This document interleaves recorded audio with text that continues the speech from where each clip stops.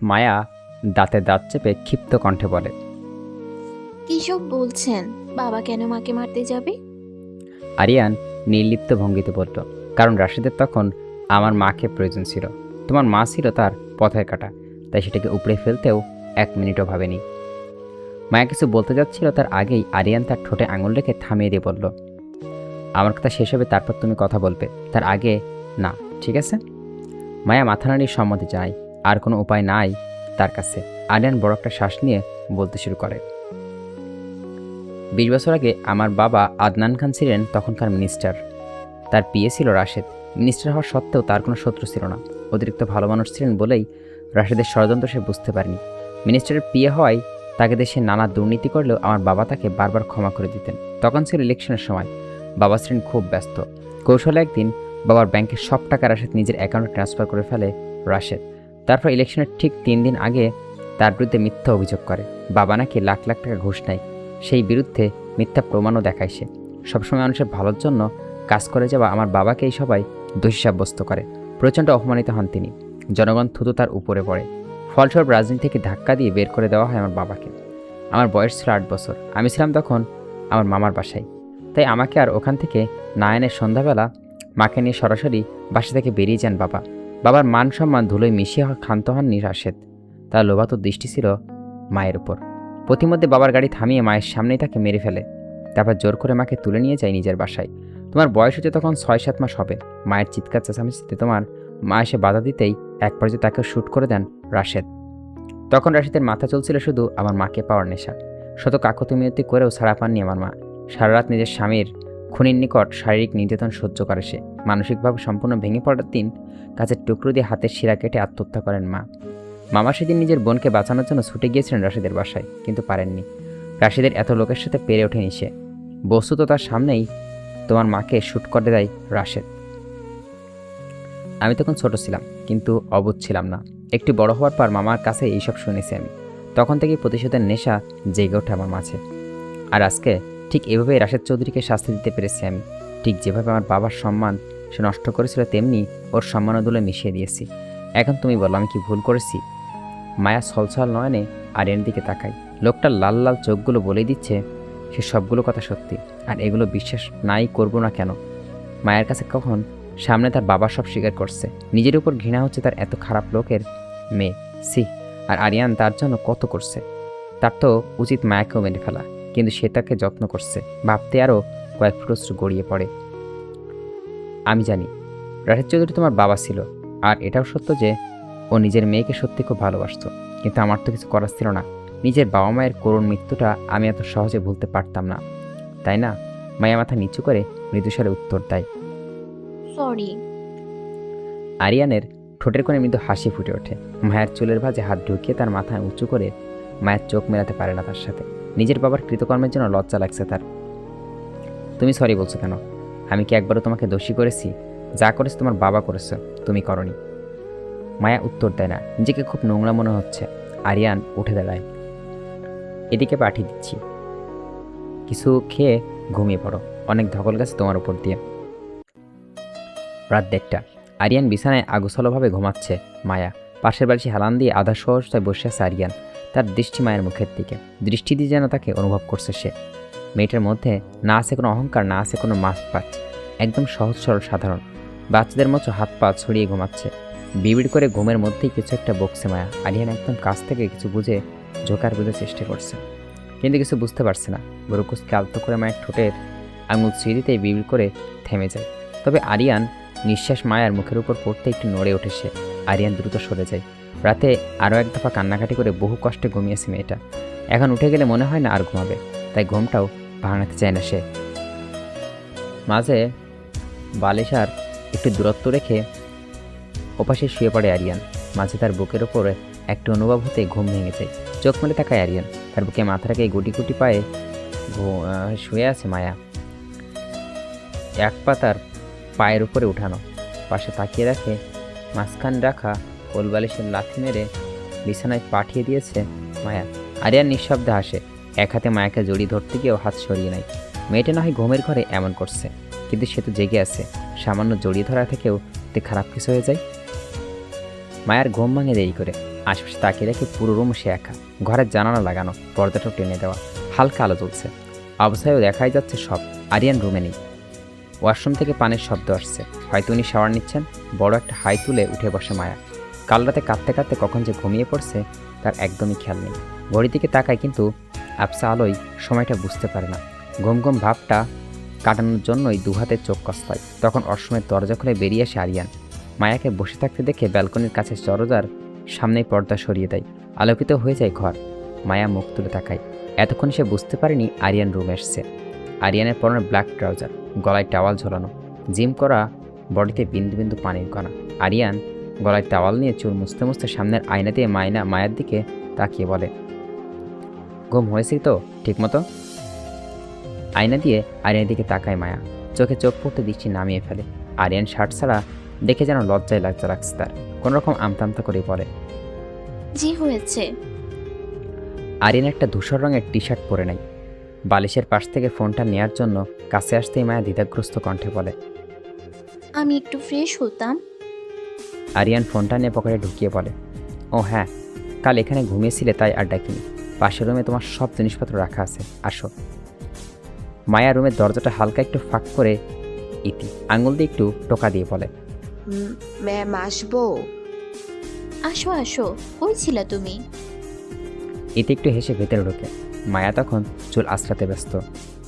Ma'am, Aryan sir আপনাকে breakfast করতে নিচে যেতে বলেছেন, উনি অপেক্ষা করছেন। মায়া ভুরু কুচকায়। আরিয়ান তার জন্য অপেক্ষা করছেন কেন? তবু কোনো প্রশ্ন না করে ইতিকে বলেন, চুল বাঁধবো কি দিয়ে? কোথায় কি রাখা আছে কিছুই তো জানি না। ইতি মুচকে এসে ড্রয়ার থেকে চুলের কাঁটা বের করে দিয়ে বলে, আমি সব গুছিয়ে রেখেছি ম্যাম, চিন্তা করবেন না। মায়া চুলগুলো খোপা করে বেঁধে নেয়। নিচে নেমে দেখে আরিয়ান তার তন্ময় ডাইনিং টেবিলে বসে আছে। সামনে খাবার সাজানো, অথচ ওনারা খাচ্ছেন না দেখে বুঝতে পারছেন তার জন্য অপেক্ষা করা হচ্ছে। ইতি চেয়ার টেনে তাকে দিল। আরিয়ানের কাছের চেয়ারে বসে পড়ল মায়া। ইতি বসলো না, তার পাশেই দাঁড়িয়ে দিল। অন্য সময় হলে মায়া ভাবতো ইতি হয়তো আগে খেয়ে নিয়েছে, কিন্তু এখানে তো নিশ্চয়ই এমনটা হয়নি। বসো ইতি। না ম্যাম, আমি পরে খেয়ে নেবনি। মায়া চোখ মুখ কুচকে তাকায়। আরিয়ান বলে, এখনই খেয়ে নাও। ইতি আর না করে না, বসে পড়ে মায়ার সাথে। এক মনে খেয়ে চলেছে আরিয়ান। খাওয়ার সময় কথা পছন্দ না তার। মায়া খেতে খেতেই এটা ওটা বলছে। তন্ময় সেগুলো জবাব দিচ্ছে। তন্ময় ভেবেছিল আরিয়ান হয়তো রেগে যাবে, কারণ খাওয়ার সময় সে কোনো জরুরি কথা আরিয়ান রেগে যায়। অথচ আজকে মায়া এত কথা বলছে, তার কোনো ভ্রুক্ষেপ নেই। মায়াকে একবারও কথা বলতেও নিষেধ করছে না। মনে মনে হাসে তন্ময়, কিন্তু মুখে কিছুই বলে না। হঠাৎ গলায় খাবার আটকে যায় মায়ার। শব্দ করে কেঁপে ওঠে সে। মায়ের সামনে গ্লাস পানি ঢালা ছিল না। তন্ময় দ্রুত পানি দিয়ে ঢাল নেয়। তার আগেই আরিয়ান নিজের গ্লাসের পানি খাইয়ে দেয় মায়াকে। পিঠে হাত বুলি দিয়ে মৃদু ধমকের স্বরে বলে, খাওয়ার সময় তো কথা বলো না তো, গলায় আটকাবেই। অর্ধেক পানি খাইয়ে গ্লাসটা নামিয়ে রাখে আরিয়ান। মায়ের কাশি থেমে গেছে ততক্ষণে। চোখে পানি চলে এসছে। আরিয়ান পকেট থেকে রুমালটা বের করে মুখ মুছিয়ে দেয়। ইতি আর তন্ময় শুধু চেয়ে চেয়ে দেখছে। দুইজনের ঠোঁটে চাপা হাসি। আরিয়ান রুমালটা পকেটে ঢুকিয়ে ঠিক করে নেয়। বসে গভীর কণ্ঠে বলে, চুপচাপ করে খাও। মায়া মুখ বাঁকা করে বিরক্তি স্বরে বলে, ধ্যাত, বকছেন কেন? এরকম রোবটের মতো বসে বসে খাওয়া যায় নাকি? তন্ময় মুখ টিপে হাসে। সে নিশ্চিত অন্য কেউ এই কথাটা বললে আরিয়ান তাকে বিনা বাক্যে শ্যুট করে দিত। আরিয়ান রাগে দৃষ্টি নিক্ষেপ করে খাওয়ার মনোযোগ দেয়। খাওয়া শেষ করে যখন পানি খাবে, তখন তন্ময় দ্রুত বলে, পানি চেঞ্জ করিয়ে দিচ্ছি ভাই, কারণ সে জানে আরিয়ান শুধু ওই গ্লাসেই পানি খায়। প্রয়োজন নেই বলে মায়ের খাওয়া অর্ধেক পানিটা খেয়ে উঠে পড়ে আরিয়ান। গটগট করে হেঁটে উপরে চলে যায়। বিকেলে নিজের রুমে ব্যালকনিতে বসে আছে মায়া। তার পাশে ইতি। আবারও মন খারাপ করে রাখছে তার। না চাইতেও বাবার কথা মনে পড়ছে। ভাবতে অবাক লাগছে, এই পৃথিবীতে তার সব থেকেও কিছু নেই। আপনজন বলতে ইতি ছাড়া কেউ নেই। আরিয়ান যে তার নিজের বাসায় রাখছে, এটাই ঢের বেশি। দীর্ঘশ্বাস ফেলে মায়া। আপনাদের মধ্যে কেমন সম্পর্ক? মায়ার ধ্যান ভাঙে। ইতির কথা বুঝতে না পেরে সে বলে, মানে? মানে গত রাতে না আপনি আরিয়ান স্যারের রুমে ঘুমালেন? হ্যাঁ তো? তো সেটাই বলছি, বুঝতে পারছেন না? মায়ের বোধগম্য হয় বিষয়টা। বিচলিত কণ্ঠে সে বলে, তুমি যা ভাবছো সেরকম কিছু না। ইতি আর কিছু বলল না। তবে তার চেহারা দেখেই বোঝাই যাচ্ছে কথাটা সে খুব একটা বিশ্বাস করেনি। মায়াও চুপ করে যায়, চোখ বন্ধ করে ভাবে। মূলত তার কাছে এই প্রশ্নটার উত্তর নেই। আর আরিয়ানের মধ্যে আসলে কিসের সম্পর্ক। অফিস থেকে ফিরেছে আরিয়ান। রাতে খাবার কখনোই খায় না সে, তাই রোজকার মতো সিগারেট হাতে ব্যালকনিতে দাঁড়িয়ে আছে। চারদিকে গাঢ় অন্ধকার। বাড়ির সামনেই লাইটগুলো তার নির্দেশ একসময় বন্ধ করে দেওয়া হয়। অন্ধকার খুব পছন্দ আরিয়ানের। তার একসমত্র আধার আঁকা ঢাকা নিঃসঙ্গ জীবন এই যান্ত্রিক আলোগুলো একেবারেই বেমানান, অনর্থক লাগে। একবার মায়ের খোঁজ নিয়েছিল, শুনেছে মেয়েটা নাকি সারাদিন রুমেই ছিল, বের হয়নি। শূন্য শূন্য লাগছে তার। কাল রাতে মায়া ছিল তার সাথে, সারা রাত শান্তিমতো ঘুম হয়েছে। আশ্চর্যজনক হলেও কালকে কোনো রকম নেশাও করেনি, তবু ঘুমটা হয়েছে একদম মনের মতো। আবারও সিগারেটের টান দেয় আরিয়ান। পুরো ব্যালকনিতে গুমোট ধোঁয়ায় ভরে গেছে। অ্যাস্ট্রেতে জমা হয়েছে অনেকগুলো আতপোড়া সিগারেটের অংশবিশেষ। আরিয়ান অবচেতন মন বারবার মায়াকে খুব কাছে টানতে চাইছে। সেই চাওয়াটাকে সিগারেটের ধোঁয়ার সাথে উড়িয়ে দেয় নির্মল প্রচেষ্টা করছে সে। দরজায় জোর করে জোরে নক করার শব্দ হয়। আরিয়ান ঘাড় ঘুরিয়ে একবার তাকায়। তার রুমের দরজা লক করা না, কিন্তু নক না করা প্রবেশ করার অনুমতি নাই। তন্ময় এসছে ভেবে জোরে জোরে সে বলে, দরজা খোলাই আছে, কামেন। ধীর পায়ে আরিয়ানের রুমে প্রবেশ করে মায়া। ঘরে আলো নিভানো, কোনো রকম পা ফেলে সামনে এগোয় সে। ব্যালকনিতে প্রবেশ করার সময় অন্ধকারে কিছু একটা দেখতে না পায় ধূপ করে মাথায় বাড়ি খায়। উফ বলে কাকিয়ে ওঠে আরিয়ান, সংকুচিত হয়ে পেছনে ফিরে। অবয়া দেখে বুঝতে পারে এটা মায়া। তুমি এখানে? আপনাকে ডাকতে এলাম, রাতে খাবেন না? তন্ময় বলেনি আমি রাতে খাবার খাই না? তার দিকে এগিয়ে এলো মায়া। যেই হাতে সিগারেট ধরা সেই হাতের কবজি ধরে মুখের সামনে এনে বলে, তো কি খান? এসব ছাইপাস, ফেলুন এটা। ইস কি বিশ্রী গন্ধ। সিগারেট পুড়ে ধোয়া উঠতে থাকা হাত ছেড়ে দিয়ে একটু দূরে সরে যায় মায়া। একটু কেশে বলে, ওটা ফেলে চলুন, খাবেন। আরিয়ান জোরে একটা টান দেয় সিগারেটে। প্রায় শেষের দিকে ওটা। মায়ার দিকে না তাকিয়ে এসে বুঝতে পারে মায়া তার দিকে তীক্ষ্ণ দৃষ্টিতে তাকিয়ে আছে। তুমি যাও মায়া, রোজকার অভ্যাস আমার। রাতে আমি কখনোই খাই না, তুমি খেয়ে নাও। জেদ চেপে বসে মায়া। তন্ময়কে সে জোর গলায় বলে এসছে সে আরিয়ানকে রাতে খাইয়েই ছাড়বে। তন্ময় তাকে ঠাট্টার স্বরে বলেছিল সে নাকি জীবনেও পারবে না। মায়া একদম আরিয়ানের কাছাকাছি এসে দাঁড়ায়। এক হাত বাড়িয়ে সিগারেট নিতে গেলেই আরিয়ান হাত উঁচু করে ফেলে। আরিয়ান তার থেকে বেশ লম্বা হওয়া হাতের নাগাল পায় না সে। দিন ওটা, আপনি এখন খেতে না গেলে আমিও সিগারেট খাবো। আরিয়ান তার দিকে তাকিয়ে শক্ত কণ্ঠে বলে, পাগলামি করো না, যাও। মায়া আরিয়ানের এক কাঁধে হাত ভর দিয়ে পা উঁচু করে, আর এক হাত উপরে বাড়াতেই তার সম্পূর্ণ ভর যেয়ে পড়ে আরিয়ানের উপর। ব্যালেন্সটা না রাখতেই আরিয়ান এক হাতে তার কোমর পেঁচিয়ে ধরে। উঁচু হয়ে যাওয়া মায়ার গরম নিঃশ্বাসগুলো আরিয়ানের গালার সামনে পড়ছে। ক্ষণে ক্ষণে নিজেই নিয়ন্ত্রণ হারাচ্ছে সে। হাত নামান বলছি, আমি খাবই। এসব তুমি খেতে পারবে না মায়া, জেদ করো না। একরকম ধস্তাধস্তি করে সিগারেট নিয়ে নেয় মায়া, যদিও ঠিকমতো সেটা ধরতেও পারে না। অনাড়িতভাবে কাপা কোহাতে সে মুখে দিতে নিলেই আরিয়ান দ্রুত বলে ওঠে, ওটা প্রায় শেষ হয়েছে কি মায়া, ঠোঁট পুড়ে যাবে। আরিয়ানে বলতে দেরি, কিন্তু মায়া ছ্যাঁকা খেতে দেরি হলো না। গোলাপি ঠোঁট জ্বলন্ত ছ্যাঁকা খেতে আত্মনাদ করে ওঠে সে। আরিয়ান তার হাত থেকে সিগারেটটা ফেলে দিয়ে ব্যালকনিতে লাইট অন করে দেয়।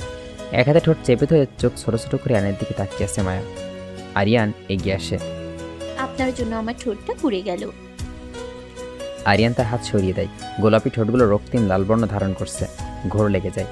একটা শুকনো ফাঁকা ঢোক গেলে সে। আরিয়ান মুখে ক্রমশ এগিয়ে গালে হাত রেখে বিড়বিড় করে বলে, আমি তোমাকে সিগারেট খেতে বলিনি, তুমি তো জেদ করলে, আমার দৌড় দিচ্ছ কেন? মায়া উত্তর দেয় না। প্রচণ্ড অস্বস্তি হচ্ছে তার। দূরত্ব কেবলই এই 1 ইঞ্চি পরিমাণ হলেও আরিয়ানের ঠোঁট মেলায় না। ঘোর লাগা কণ্ঠে বলে, এই ঠোঁট কেবল ঠোঁটের ছোঁয়াই মানায় মায়াবতী, পোড়া সিগারেটের ছোঁয়াই নয়। মায়ের শিউরে ওঠে, শরীরে পশম কাটা দিয়ে ওঠে। আরিয়ানের কথার মানে বুঝতে অসুবিধা হয় না তার। ঝট করে মাথা নামিয়ে এসে চাপা স্বরে বলে, খেতে চলুন না প্লিজ। ডাইনিং টেবিলে বসে ঠোঁটে বরফ ঘষছে মায়া। ছ্যাঁকাটা বেশ ভালোভাবে লেগেছে, এখন বুঝতে পারছে। প্রচণ্ড জ্বলছে যে। আরিয়ান খাচ্ছে তার পাশের চেয়ারে বসে। তন্ময় মুখে বিস্ময় নিয়ে সোফায় বসে আছে। তার ভালো লাগছে, আবার খারাপ অবাকও লাগছে। আরিয়ান যত যাই হোক না কেন রাতে খাবার খায় না, মদ সিগারেট খেয়েই তার রাত পার করে। আর আজ মায়া বলতে খেতে চলে এলো। মায়া তার দিকে ঠাট্টার দৃষ্টি নিক্ষেপ করলো। সে হেসে ফেলল। মেয়েটা আসলেই অদ্ভুত ক্ষমতা আছে। আরিয়ান খাওয়া শেষ করে বলে, এখনো জ্বলছে? কমে গেছে। পাগল নাকি তুমি? এরকম কেউ করে? আপনি প্রথমে আমার কথা শুনলেই পারতেন, আমার আর এমন করা লাগতো না। আরিয়ান দীর্ঘশ্বাস ফেলে উঠে যায়। মায়াও আর কিছু বলে না। বিছানায় শুয়ে এপাশ ওপাশ করছে মায়া। বারবার সেই শ্বাসরুদ্ধকর সময়ের কথা মনে পড়ছে। আরিয়ানের কথাগুলো কানে বাজছে। আরিয়ান আজ তাকে মায়াবতী বলে সম্বোধন করছিল কেন? কোন বিশেষ কারণে? টানা 2 ঘন্টা শাওয়ার নিয়ে বেরিয়ে এলো আরিয়ান। অসহ্য লাগছে তার, কিছুতেই নেশা হচ্ছে না, ঘুম আসছে না। সেন্টার টেবিলে অর্ধেক খাওয়ার ড্রিঙ্ক গ্লাস রাখা, ঘড়ির কাঁটা প্রায় 2:30 সুই সুই। এবার বিছানার দিকে তাকালো সে। খালি বিছানা দেখে একটা চাপা দীর্ঘশ্বাস বেরিয়ে আসলো। কিছুক্ষণ এপাশ ওপাশ পায়চারি করেও লাভ হলো না। মায়া হয়তো ততক্ষণে ঘুমিয়ে গেছে। আচ্ছা, তাকে এই রুমে নিয়ে আসলে কি খুব ক্ষতি হয়ে যাবে? খুব বেশি অনুচিত হয়ে যাবে? ক্ষতি হলে হবে, সে তো অন্তত একটু শান্তিতে ঘুমাতে পারবে। কখনো কখনো একটু স্বার্থপর হওয়াই ভালো। দরজা ঠেলে ভেতরে ঢুকে আরিয়ান। তার মানে সে দরজা লক করে ঘুমায় না। বিছানায় একদম মাঝখানে হাত পা ছড়িয়ে ঘুমাচ্ছে মায়া। মাথায় বালিশ নেই, বালিশ থেকে অনেকটা নিচে। নিঃশব্দে হেঁটে গিয়ে তাকে পাজর কোলা করে কোলে তুলে নিল আরিয়ান। একদিনে সে এতটুকু অন্তত জেনেছে যে মায়ের ঘুম অনেক গাঢ়, সহজে ভাঙে না। মেয়েটার পরনে হালকা গোলাপি রঙের ইলেডেলার লং ফ্রক, একটু বেশি বাচ্চা বাচ্চা লাগছে ফ্রক পরায়। নিজের বিছানায় মায়াকে শুয়ে দিতেই একটা তৃপ্তি অনুভব করে আরিয়ান। অতঃপর তাকে নিজের সাথে জড়িয়ে নিয়ে সেও শুয়ে পড়ে। বুকের ভিতরে জমা হওয়া সব চাপা কষ্ট দীর্ঘশ্বাস যেন নিমিষেই উবে যায়। মায়া শরীর থেকে মিষ্টি একটা সুগন্ধ আসে সবসময়। আরিয়ান চেনে গন্ধটা। মায়া এতটা কাছাকাছি থাকা গন্ধটা যেন আরও তীব্রভাবে নাকে এসে লাগে, ঘোর ধরে যায়। কিছু না ভেবে মায়া গলায় মুখ ডুবিয়ে ঘুমিয়ে পড়ে আরিয়ান। উচিত অনুচিত এর হিসাবটা তার মায়াময় অনুভূতি ভিড়ে আড়াল করে যায়। সকালে ঘুম ভাঙতেই নিজেকে কারোর বাহুডোরে আবদ্ধ অবস্থায় পেয়ে থমকে গেল মায়া। এটা যে আরিয়ান রুম বুঝতে অসুবিধা হলো না। সে তো নিজেই ঘরে ঘুমিয়েছিল, তবে এক হাত দিয়ে শক্ত করে তার পেট জড়িয়ে ধরেছে আরিয়ান। সে আবারও সেই হাতের উপর ধরে আছে। পাশে মুখ ঘুরতেই আরিয়ানের ঠোঁট তার গাল ছুঁয়ে গেল। নিঃশ্বাস আটকে গেল, লজ্জায় আড়ষ্ট হয়ে গেল মায়া। আরিয়ান বেঘরে ঘুমাচ্ছে। হাত একটু সরানোর চেষ্টা করতেই তাকে আরও শক্ত করে টেনে নিল আরিয়ান। অস্পষ্ট কণ্ঠে বলল, মায়াবতী, নড়ো না প্লিজ। মায়া থেমে গেল। প্রত্যুত্তরের প্রতিবাদ করার মতো কিছু পেল না। লোকটা মাঝে মধ্যে এমন অধিকারের স্বরে কথা বলে, মায়া নিজেই বোকা বনে যায়। যেমন এখন সে বলতে পারছে না তাকে ছাড়ার কথা, তার ইচ্ছাও করছে না আরিয়ানের ঘুম ভাঙতে। গরম নিঃশ্বাসে আশ্রে পড়ছে মায়ার মুখ গলায়। মায়ার ঠোঁট কামড়ে ধরে সেভাবেই শুয়ে থাকলো। বেশ অনেকক্ষণ কেটে গেলেও আরিয়ান ঘুম থেকে উঠল না। ঘড়ির দিকে তাকিয়ে দেখলো প্রায় 11টা বেজে যাচ্ছে। অনেক বেলা হয়ে গেছে। ইতি নিশ্চয়ই তাকে খুঁজছে। তাকে রুম না পেয়ে না জানি কী ভাবছে। হঠাৎই দরজায় জোরে জোরে নক করার শব্দ হলো। মায়া চমকে সেদিকে তাকালো। আরিয়ান চোখ না খুলতেই বিরক্তি কণ্ঠে পড়ল, কে? কি সমস্যা? ওপাশ থেকে তন্ময়ের অস্থির কণ্ঠ ভেসে আসলো, ভাই, মায়া ম্যাম রুমে নেই, পুরা বাসায়ও নেই। আরিয়ান একবার মায়ের দিকে তাকালো। মেয়েটা অন্যদিকে তাকিয়ে রয়েছে, লজ্জা পাচ্ছে হয়তো। আরিয়ান শান্ত কণ্ঠে বলল, ও আমার সাথে আছে, যা তুই। তন্ময় আর কোনো কথা শোনা গেল না। আরিয়ান মায়ের দিকে তাকালো। মায়ের নিচের দিকে তাকিয়ে রয়েছে। আরিয়ান একটু হাসে। মায়ের গাল দুটো লজ্জায় লাল হয়ে আছে। মায়ের উপর থেকে হাত ছড়িয়ে নেয় সে। মায়া যেন হাঁপ ছেড়ে বাসে। ঘাড় কাত করে আরিয়ানের দিকে তাকায়। আরিয়ান তার দিকে তাকিয়েই ছিল, ফলে চোখাচোখি হয়ে যায়। মায়া মৃদু কণ্ঠে বলে, আপনি আমাকে এখানে এনেছেন কেন? আরিয়ান গায়ের চাদর সরিয়ে উঠে বসে। এত বেলা করে সে কখনোই ঘুমায় না। মায়া এসে তার সব নিয়ম ভঙ্গ করে দিচ্ছে। এটা হচ্ছে হাই তুলছে। সে বলে, তোমাকে ছাড়া ঘুম আসছিল না মায়াবতী। আরিয়ানের সোজাসাপটা উত্তরে আবারও বোকা বনে যায় মায়া। কিছু বলতে পারে না। সে উঠে বসে। তার গায়ের ওড়না নেই। কাঁচামুচু ভঙ্গিতে আরিয়ানের দিকে তাকায় সে। আরিয়ান ততক্ষণে বিছানায় ছেড়ে নেমে দাঁড়িয়েছে। কি হয়েছে? আমি এনেছি বলে মন খারাপ? রাগ করেছ? মায়া দুপাশে মাথা নাড়ায়। কেন যেন তার রাগ লাগছে না, তবে লজ্জা লাগছে খুব করে। কথা পর্যন্ত বলতে পারছে না। সে কোনো রকমে বলে, আমার ওড়না। আরিয়ান মুচকে এসে তার বালিশের পাশ থেকে তার ওড়না বের করে দেয়। মায়ের দিকে এগিয়ে দিয়ে দ্রুত গায়ে সেটা জড়ায় মায়া। এলোমেলো চুলগুলো ঠিক করতে করতে বলে, এখন আমি বাইরে যাব কিভাবে? আরিয়ান ভ্রু কুঁচকে বলে, কেন? তন্ময় ভাইয়া, ইতি ওরা কি ভাববে? কী ভাববে? আমতামতা করে তার শব্দ ভাণ্ডার যেন শূন্য হয়ে পড়ছে। বলার জন্য কিছুই খুঁজে পাচ্ছে না আজ। আরিয়ান তার দিকে দুষ্টু চাহনি চেয়ে আছে। সে কোনোরকম আমতামতা করেই বলে, না, কিছু না। তুমি রোজ এখানেই ঘুমাবে আমার সাথে। মায়া চট করে তাকাই। আরিয়ানের কণ্ঠে গভীর অধিকার প্রকাশ পেচ্ছে। সে জিজ্ঞাসু কণ্ঠে বলে, কেন? কারণ তোমাকে ছাড়া আমার ঘুম আসছে না। আরিয়ান অনেকক্ষণ আগে অফিসে চলে গেছে। দেরি হয়ে যাওয়ার জন্য ব্রেকফাস্টও করেনি। বাসায় আবারও একা হয়ে গেছে মায়া আর ইতি। আরিয়ান তাকে বাসার সব জায়গায় যেতে বলছে। যাওয়ার আগে বলে গেছে নিজের রুমের বসে থাকতে। বোরিং লাগলে যেন সারা বাসা ঘুরে বেড়ায়। তাই সে আর ইতি বাড়ির সামনের বাগানে ঘুরে বেড়াচ্ছে। হঠাৎই মায়ার চোখ গেল বাগানের এক কোণে একটা ছোট্ট মতন ঘরের দিকে। সে ধীর পায়ে এগিয়ে গেল ওখানটায়। ইতিও তার পিছু পিছু গেল। ওখানে কিছু গার্ড দাঁড়িয়ে আছে। মায়া কাছে যেয়ে তাদেরকে জিজ্ঞেস করল। এটার ভেতরে কি? একজন গার্ড নম্রভাবে উত্তর দিল। ম্যাম, এখানে স্যারের পোশাক কুকুরেরা থাকে। মায়া ভয়ে একটু পিছিয়ে গেল। কুকুরকে সে ছোট থেকেই ভয় পায়। ভীতকণ্ঠে সে বলল। কুকুরেরা মানে কয়টা কুকুর ওনার? গার্ডরা মায়াকে ভয় পেতে দেখে একটু হেসে বলল। 2টা, একজন মেল, একজন ফিমেল। আপনি ভয় পাবেন না ম্যাম, ওদের ট্রেনিং দেয়া আছে, কামড়াবে না।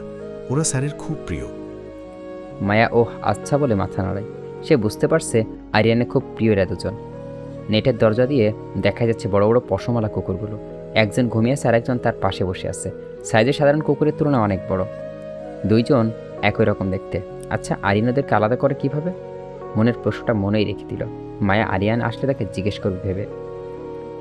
হলরুমের সবাই পা তুলে বসে টিভি দেখছে মায়া। টিভিতে কার্টুন চলছে। মায়া মনোযোগী দৃষ্টিতে সেদিকে তাকিয়ে আছে। মাঝে মাঝে একা দুইবার ঘড়ির দিকে তাকিয়ে লক্ষ্য করছে। আরিয়ানের ফেরার সময় হয়েছে, তবুও আসছে না কেন? আরিয়ান বাড়িতে ঢুকে মায়া উল্টো দিকের সোফায় বসে আছে। বিজয় তাকে দেখতে পায়নি। টিভির সাউন্ড অনেক জোরে দেয়, তাই ওপরে শব্দ তার কানেই যাচ্ছে না। আরিয়ান সিঁড়িতে উঠতে উঠতেই গলার জোর বাড়িয়ে দিয়ে ডেকে ওঠে। মায়া, রুমে আসো তো। মায়া চমকে পেছনে তাকায়। শুধু দেখতে পায় আরিয়ান সিঁড়ি দিয়ে উঠে যাচ্ছে। অদ্ভুত, উনি এলো কখন? টিভি বন্ধ করে উঠে দাঁড়ায় মায়া। ইতি একটু আগেই রুমকে গেছে। সে একাই বসেছিল। উপরে উঠতে উঠতে দেখে মায়া ভয় পায়। তন্ময় চোখে মুখ কালো করে নিজের রুমে ঢুকছে। মায়া আস্তে করে নক করে দরজায়। ভেতর থেকে আরিয়ান বলে, ভেতরে নক করে ঢুকতে হবে না মায়া, আসো। মায়া ঠোঁটের কোণে মৃদু হাসি ফুটে উঠলেও সে সেটাকে আড়াল করে ভেতরে ঢোকে। দেখে আরিয়ান আয়নার সামনে দাঁড়িয়ে ঘড়ি খুলছে। তার দিকে তাকিয়ে সে লক্ষ্য করে আরিয়ানের চোখ জোড়া অসম্ভব রকমের লাল হয়েছে। আটকে ওঠে সে, কিন্তু মুখে কিছু বলে না। আরিয়ান মুচকি আসে। আজকাল মায়ের কাছাকাছি থাকতে কেমন যেন শান্তি শান্তি লাগে তার। এই যে তার গায়ে এত জ্বর, মাথা ব্যথা, চোখ পর্যন্ত ঘুরতে পারছিল না। আর এখন কতটা ভালো লাগছে। মায়ার ব্যথাও যেন হালকা মিলিয়ে গিয়েছে। হয়তো এখনও মাথা ব্যথা করছে, কিন্তু সে অনুভব করতে পারছে না। মায়ার কাছে থাকলে অনেক কিছু অনুভব করতে হয়, ইচ্ছে হয় না তার। তখন সে কেবল মায়াকে প্রশ্ন থাকে, কাছে আসো। গুটি পায়ে তার সামনে যেতেই কোমর ধরে তাকিয়ে এক কদম কাছে টেনে নেয় আরিয়ান। কপালে উত্তপ্ত ঠোঁটের উষ্ণ স্পর্শ দিলে কেঁপে ওঠে মায়া। তড়িৎ গতি তাকে উল্টো পিঠে দিয়ে আরিয়ানের গাল ছুঁয়ে দিতেই চোখে মুখে নিমিষেই অদ্ভুত ব্যাকুলভাবে ফুটে ওঠে। অস্থির ভরা কণ্ঠে বলে, আপনার গায়ে প্রচণ্ড জ্বর। আরিয়ান মাদক মাখা নয়নে এক দৃষ্টিতে তার দিকে তাকিয়ে থাকে। মায়ের চোখে মুখে তার জন্য অস্থিরতা দেখে মনে মনে একরাশ প্রশান্তির হাওয়া বয়ে যায়। চোখ বন্ধ করে ফেলে সে। মাথা ব্যথাটা কি তাহলে আবার হচ্ছে? জানি মায়াবতী, এই জ্বরে আমার কিছুই হয় না। আরিয়ানের কণ্ঠে কেমন যেন জড়তা। মায়া বুঝতে পারছে আরিয়ান জ্বরের ঘরে এইসব বলছে। জ্বরে যেন পুড়ে যাচ্ছে তার শরীর। মায়া তাকে জোর করে বিছানায় বসিয়ে দেয়। আপনি বসুন, আমি ওষুধ নিয়ে আসছি। আপনার জ্বর বেড়ে যাচ্ছে। আরিয়ান তার হাত ধরে ফেলে। থেমে থেমে বলে, তুমি যেও না মায়াবতী, তুমি থাকলেই হবে। আমার আর কিচ্ছু লাগবে না, কিচ্ছু না। আমি এক্ষুনি আসছি, একটু বসুন। মায়া দ্রুত বেরিয়ে যায়। মেডিসিন কোথায় রাখা সে জানে না। তন্ময় রুমে যেয়ে নক করতেই দরজা খোলে তন্ময়। তার কিছু বলার সুযোগ না দিয়ে মায়া বলে, ভাইয়া, ওনার তো খুব জ্বর। জ্বরের ওষুধ কোথায় আছে? তন্ময় রাগ নিয়ে কিছু একটা বলতে চায়, কিন্তু বলতে পারে না। মায়ের অস্থির চাহনিতে দেখে সে নরম কণ্ঠে বলে, চলুন, দিচ্ছি। একটু আগেই এই নিয়ে আরিয়ানের সাথে কথা এক প্রকার রাগারাগি হয়েছে। অসুস্থ হলে কখনো নিজের খেয়াল রাখে না আরিয়ান। সামান্য ওষুধ খেতে চায় না। আছে প্রচণ্ড জ্বর, তবুও শত বলেও ডাক্তারের কাছে নিতে পারেনি। এখন যদি মায়ের কথা একটু ওষুধ খাই তাহলেই শান্তি। আরিয়ানকে বিছানায় হেলান দিয়ে বসিয়ে দিয়েছে তন্ময়। মাথায় কাত করে চোখ বন্ধ করে রেখেছে। আরিয়ান মায়ার কথাতে ওষুধ খেয়েছে সে, তবে জ্বর এখনও কমেনি। মায়া সুপের বাটিটা হাতে নিয়ে ঘরে ঢুকে। তন্ময় একটু সরে দাঁড়ায়। আরিয়ানের পাশে বসে পড়ে মায়া। এক চামচ স্যুপ মুখের সামনে ধরে বলে, হ্যাঁ করুন। আরিয়ান আধো তাকায়। মায়া অন্য হাতটা শক্ত করে ধরে বিনা বাক্যে মুখে হা করে। মায়ার লজ্জা লাগছে। তন্ময়ের সামনে এভাবে উনিকে এক হাত ধরে রেখেছেন। তন্ময় না জানি কী ভাবছে। মায়ার নত চেহারার দিকে তাকিয়ে তন্ময় বুকে অস্বস্তি হচ্ছে। আপনি তাহলে খাইয়ে দিন, কোনো দরকার হলে আমাকে ডাক দিয়েন। মায়া মাথা নাড়িয়ে সম্মতি জানায়। তন্ময় বেরিয়ে যায়। আরিয়ানকে পুরোপুরি বাটি স্যুপ খাইয়ে দিতে স্বস্তির নিঃশ্বাস ফেলে মায়া। বাড়িটার টেবিলে রেখে পানি খাইয়ে দেয়। এখন তার হাতটা ধরে রেখেছে আরিয়ান। আরিয়ানের পিঠের বালিশের দেওয়া, সেটা সরিয়ে তাকে শুয়ে দিতে হবে। হাতটা ছাড়িয়ে তার দুবাহু ধরে সে বলে, একটু সামনে আসুন, বালিশটা সরাবো। Can I kiss on your lips? কিছুক্ষণ ভাবেকশূন্য হয়ে থেকে যায় মায়া। চোখের পাতা নেমে আসছে একরাশ দম বন্ধ করা অনুভূতি। সে জানে আরিয়ান জ্বরের ঘরে এমন কথা বলছে, তবুও তার লজ্জা লাগছে। এমন কথায় না লজ্জা লাগবে? সরাসরি ঠোঁটে চুমু খাওয়ার জন্য অনুমতি চাইছে। আরিয়ান উত্তরে আশায় তাকিয়ে থেকে সেই এক দৃষ্টি, সেই চাহনি গভীর তৃষা। মায়া আমতা করে কিছু বলতে যায় কিন্তু পারে না। ততক্ষণে নিজের বৃদ্ধাঙ্গুল দিয়ে ঠোঁটে আলতোভাবে স্লাইড করছে আরিয়ান। মায়া হাত ধরে আটকায়। গাল থেকে আরিয়ান দুহাত সরিয়ে দেয়, পিঠের বালে সরিয়ে আরিয়ানকে শুয়ে দেয়। আরিয়ান কোনো বাধা দেয় না, কোনো রকম জোরও করে না। সে হয়তো তার উত্তরটা পেয়ে গেছে। আরিয়ান গায়ে কম্বল টেনে যেতে গেলে আরিয়ান হাত ধরে ফেলে। চোখ বন্ধ করা অবস্থায় সে ধীর কণ্ঠে বলে, মায়াবতী, যেও না, এখানেই থাকো। লাইটটা অফ করে দিয়ে আসি, আপনার ঘুম হবে না আলো থাকলে। আরিয়ান হাসে, ছেড়ে দেয় মায়ের হাত। জ্বরের উত্তাপে তার ফর্সা চেহারা লাল হয়ে আসছে। নাকের ডগায় জায়গাটা আরও ঠোঁটগুলো অতিরিক্ত লাল। ঘরে হালকা আলো জ্বালিয়ে দেয় মায়া। ওয়াশরুম থেকে মগে করে পানি এনে পাশের টেবিলে রাখে। রাত যদি জ্বর না কমে তাহলে পানি দিয়ে গা মুছে দিতে পারবে। অতঃপর আরিয়ান পাশ ঘেঁষে শুয়ে পড়ে। এক হাতে আরিয়ান নিজের বুক চেপে ধরে রেখেছে, অন্য হচ্ছে নরম কোমল স্পর্শে আরিয়ানের মাথায় হাত বুলিয়ে দিতে থাকে। ভোরের দিকেও মায়ের চোখে ঘুম নেই, কপালে চিন্তার ছাপ। ওষুধ খাইয়েছে অনেকক্ষণ হলো, তবুও জ্বর কিছুতেই নামছে না। উল্টোপাতো ক্রমশ বেড়েই চলেছে। জ্বরে কাঁপছে আরিয়ান, তার শরীরের তাপ মায়াও গরম লাগছে। ছোট্ট একটা শ্বাস ফেলে উঠে যায় মায়া। এক রাতে তন্ময়কে ডাকতে কেমন যেন একটা অস্বস্তি হচ্ছে, তাই আর ডাকলো না। ঘরের আলোয় জ্বালিয়ে দিল। ড্রেসিং টেবিল থেকে একটা রুমাল নিয়ে মগের পানি ভিজিয়ে প্রায় 1 ঘন্টা কপালে পানি দেওয়ার পর জ্বর কিছুটা কমে এলো। আরিয়ান এতক্ষণে অচেতন ছিল। জ্বর নেমে যেতেই শরীরে ঘামে ভিজে গেল। মায়া গায়ে কম্বল সরিয়ে দিল। আরিয়ান জ্বরের ঘরে কেটে যায়। চোখ মেলে তাকায় সে, তবে ঘুমের রেশ কাটেনি। মায়াকে তার পাশে বসে থাকে দেখে বলে, মায়া, তুমি? আছি, আপনার কাছেই আছি, কোথাও যাইনি। আরিয়ান হেসে ফেলে।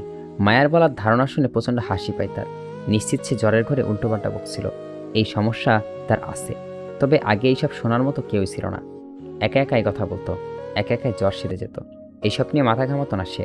আরিয়ান একা একাই হাসতে দেখে ভুরু কুঁচকে ছালে মায়া। হাসছেন কেন? তোমাকে খুব জ্বালিয়েছি তাই না? বিরক্ত হয়েছ? হুম, বিরক্ত হইনি। বাস্তবে কি মায়ার এক ফোঁটাও বিরক্ত আসেনি, বরং চিন্তা হচ্ছিল সারা রাত সময় অস্থিরতায় কেটেছে। নিজে অসুস্থ হলেও কখন এতটা টেনশন হয় না তার। আরিয়ানের শার্ট গামে ভিজে শরীরের সাথে লেপ্টে আছে। মা ইতস্তভাবে বলল, শার্টটা খুলে ফেলুন, ঘেমে গেছেন, এভাবে থাকলে ঠান্ডা লেগে যাবে। আরিয়ান উঠে বসে। 3.5টা বোতাম খুলতেই মায়ের চোখ নামিয়ে নেয়। আজকাল হুটহাট লজ্জা লাগে তার, খুব লজ্জা। উঠে গিয়ে সে তোয়ালে নিয়ে আসে, আরিয়ানের দিকে এগিয়ে দেয়। শরীর মুছে নিন। আরিয়ান মায়ার নথ মুখের দিকে তাকায়, তোয়ালেটা গা দিয়ে মুছতে মুছতে বলে, এত লজ্জা পেও না, কাবার থেকে টি শার্ট বের করে দাও। মায়া কোনো উত্তর দেয় না। টি শার্ট বের করে দিলে সেটা পরে নেয় আরিয়ান। হাই তোলে মায়া। সারা রাত ঘুম হয়নি, এখন ঘুম পাচ্ছে। মায়া যে লাইট নিভিয়ে দেয়। আরিয়ান বালিশ ঠিক করতে করতে বলে, দরজা খোলা মায়া, দরজা লক করে ঘুমাতে আসো। বিছানায় গা এড়িয়ে ক্লান্তিতে দু চোখ বন্ধ করে মায়া। তার চুলের পরম স্নেহতের হাত বুলিয়ে দিচ্ছে আরিয়ান। আজকে জ্বরের ঘরেও লোকটা তার সাথে খারাপ কিছু করেনি, কোনো রকম জোর করেনি, নিজের নিয়ন্ত্রণ হারায়নি। সকালে আরিয়ান রুম থেকে বেরিয়ে আসতেই তন্ময়ের মুখোমুখি হয় মায়া। তাকে দেখে তন্ময় প্রশ্ন করে, ভাইয়ের জ্বর কমেছে? জি, এখন নেই জ্বর। কোথায় উনি? উঠেনি? উঠেছেন ওয়াশরুমে।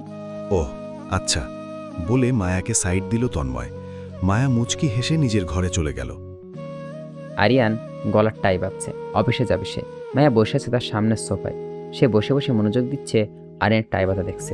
আরিয়ান সন্ধিয়ান কণ্ঠে বলে, আমাকে এভাবে কি দেখছো? আপনার টাই বাঁধা দেখছি, আপনাকে না। আরিয়ান হেসে দেয়। কাবার্ড খুলে একটা বক্স বের করে মায়ের সামনে হাঁটু গেড়ে বসে বলে। মায়া বাম হাত টেনে নিয়ে নিজের পায়ের উপর রাখতেই মায়া তাড়াহুড়ো করে বলে, কি করছেন? আরিয়ান বক্স থেকে সেই পায়েলটা বের করে সেটা নিজের বিছানায় পেয়েছিল, খুব যত্ন করে রেখেও দিয়েছিল। চিরচেনা প্রিয় পায়েলটা এতদিন পরে দেখে মায়ের মুখ খুশিতে উপচে পড়ে, ঠোঁটে ফুটে ওঠে মিষ্টি হাসি। আপনি এটা কোথায় পেলেন জানেন? আমি কত খুঁজেছি, ভেবেছিলাম হারিয়ে ফেলেছি। আপনার কাছে এলো কি করে? আমার বিছানায় পেয়েছিলাম, তোমার পায়ে ব্যান্ডেজ করার সময় ওই দিন ডাক্তার ভুলে রেখেছিল। মায়ার কণ্ঠে দুষ্টু মেখে পড়ল। আপনি রেখে দিয়েছিলেন কেন? কেন রেখেছিলাম? কারণ শুনতে চাও? হুম। আরিয়ান ভুরু উঁচিয়ে বাঁকা আসে। পায়েলটা পরিয়ে দিতেই মায়ের কানের সামনে মুখ নিয়ে ফিসফিস করে বলে, আমি কারণ বলতে শুরু করলে তুমি লজ্জা পাবে মায়াবতী। ডাইনিং টেবিলে ব্রেকফাস্ট করার সময় হঠাৎই গলা ফাটিয়ে চিৎকার করে দিয়ে চেয়ার ছেড়ে উঠে যায় মায়া। তন্ময় ইতি দুইজনই হতভম্ব হয়ে থাকে চেয়ারে। আরিয়ান দাঁড়াতে পেছন ঘিরে কুকুর ডাকে, সেদিকে তাকায় সবাই।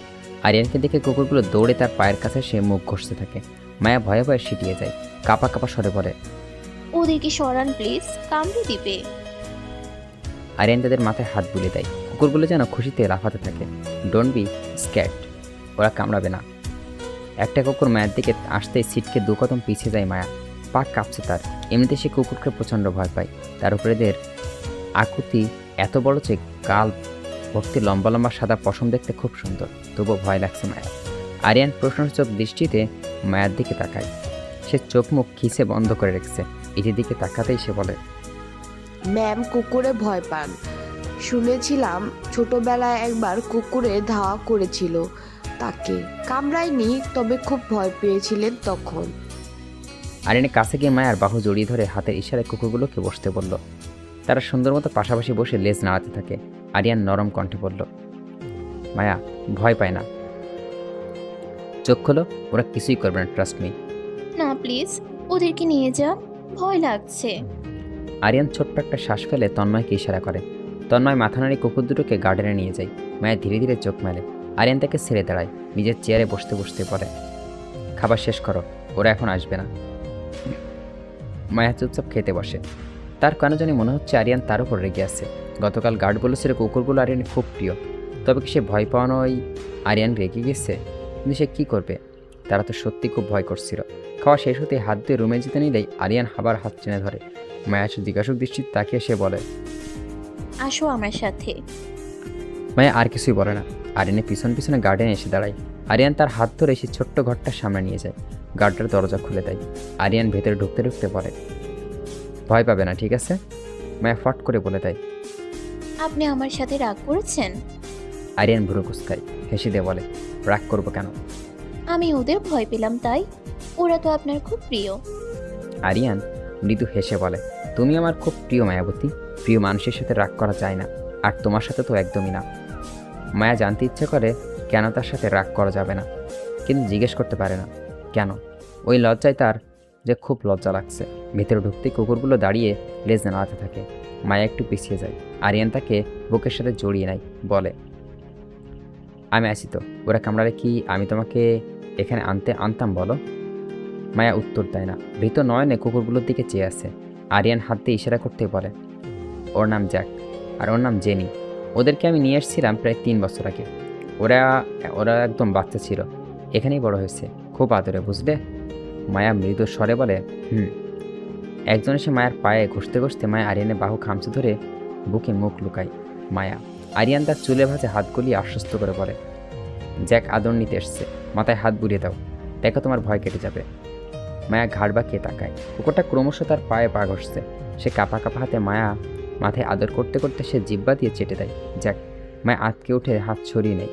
আরিয়ান হেসে দিয়ে বলে, জ্যাকও আদর করছে, পছন্দ হয়েছে তোমাকে। মায়া ঠোঁটের কোণে মৃদু হাসি ফুটে ওঠে। জেনি এগিয়ে আসতে তার মাথাও আদর করে দেয় সে। ভয়টা কেটে গেছে। আরিয়ান হাতের ঘড়ির দিকে তাকায়। অফিস যেন লেট হয়ে যাচ্ছে তার। ভয় কমেছে? হুম। শিওর? আর ভয় পাবে না ওদের? মায়া দুই দিকে মাথা নাড়ায়। আরিয়ান তার হেসে কপালে গভীরভাবে চুমু খায়। সে চাচ্ছিল না মায়া কোনো রকম ভয় থাকুক, তাও আবার তার কোনো বিষয়ের জন্য। আরিয়ান অফিসে যাওয়ার জন্য গাড়ির ভিতরে ওঠে। হাত নাড়িয়ে তাকে বিদায় জানায় মায়া। মনে মনেই ভাবে, লোকটা এত ভালো কেন? ভালো লাগা শব্দটা একটা সুপ্ত অনুভূতি মিশে থাকে। সেই সুপ্ত অনুভূতিটা যখন প্রকট আকার ধারণ করে তখনই সেটাকে ভালোবাসা বলে। ভালোবাসা মানুষটার সব কিছু তোমার ভালো লাগবে, আবার কারো প্রতি ক্ষুব্ধ ভালো লাগাকেও কেন্দ্র করেই তুমি তাকে ভালোবেসে ফেলবে। কি অদ্ভুত, তাই না? সবেমাত্র মায়ার ভার্সিটি থেকে বেরোলো আরিয়ান। একদিন পড়াশোনা এক প্রকার বন্ধ ছিল মায়ার। কয়েকদিন পর পরীক্ষা, আর দেরি করে পড়াশোনা ক্ষতি হবে। সে নিজেই প্রফেসরদের সাথে কথা বলে এসছে। মায়ের নোটসগুলো সব যেন তার তৈরি করে দেয়। প্রয়োজনে বইপত্রগুলো গাড়ি থেকে রেখে উঠে বসলো। এখন আবার অফিস যেতে হবে। মায়ের রুমে দরজা ঠেলে ভেতরে ঢুকে দেখে ড্রেসিং টেবিলের সামনে দাঁড়িয়ে চুল আশ্রাচ্ছে মায়া। আরিয়ান একটু কেশে উঠতেই মায়া পেছন ফিরে আরিয়ানকে দেখে একবার ঘড়ির দিকে তাকায়। সে অনেকক্ষণ যাবত অপেক্ষা করছিল বলে।